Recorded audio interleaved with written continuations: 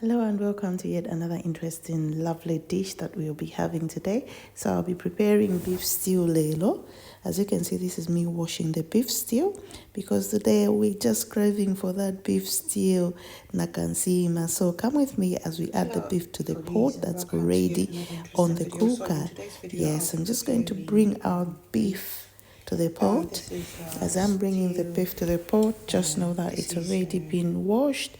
So this is me adding the beef to the pot. This is for one person or two people. I can say two people because we're going to have it in greens. As you can see, the pot was already on the cooker, and I just love using pre-boiled hot water because it makes it quicker to prepare my food, not wasting electricity, not wasting gas. So I'm just gonna go ahead and season our beef stew with beef seasoning itself because we are dealing with beef. So I'm just going to go ahead and add 1 teaspoon of beef stock. Yes, you heard me, beef stock, because we're dealing with beef lelo. So stay there and relax as I'm going to add the beef stock to our beef. And after adding the beef stock, I'm just going to get our, a wooden spoon or a wooden stick and just make sure that I turn it. I like turning just so all the flavors are spread around. Some people might be asking why adding seasoning to raw meat. No, this is the way I love it. And then I'll be having this beef stew with nsima or nsima kumalawi kwanzanga.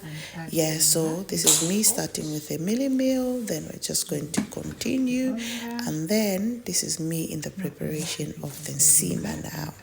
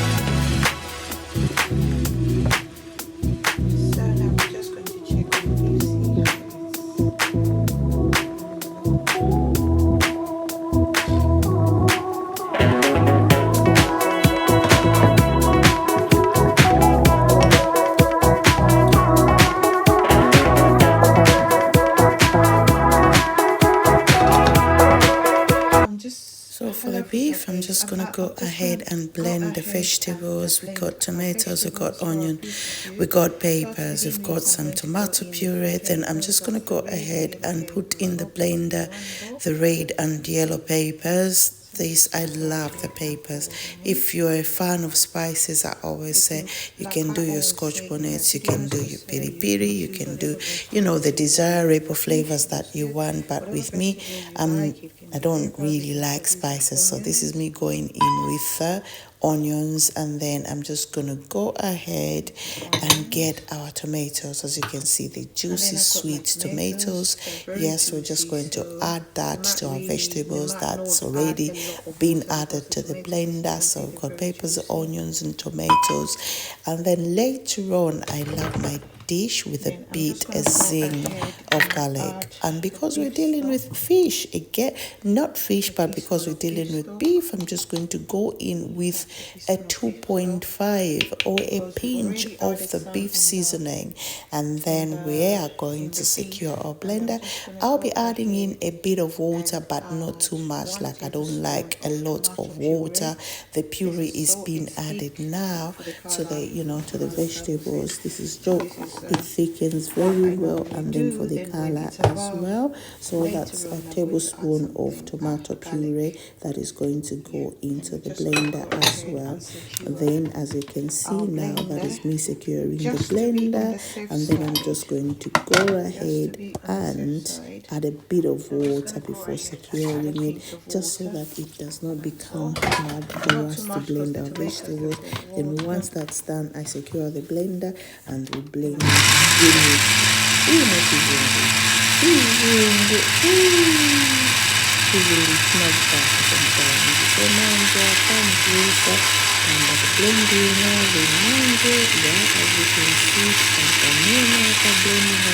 tomatoes, our onions, our peppers, our fish, and then make sure that it's been blended very well. I love it. Just look at that. Amazing. Our vegetables have been blended now. Our vegetables are still blending to a perfect period consistency. Then I'm just gonna go ahead and continue cooking our nsima. As you can see, this is our nsima now. Nikatiakula nsima, making it a little bit thicker so that it will be enjoyed over the table. So stay with me.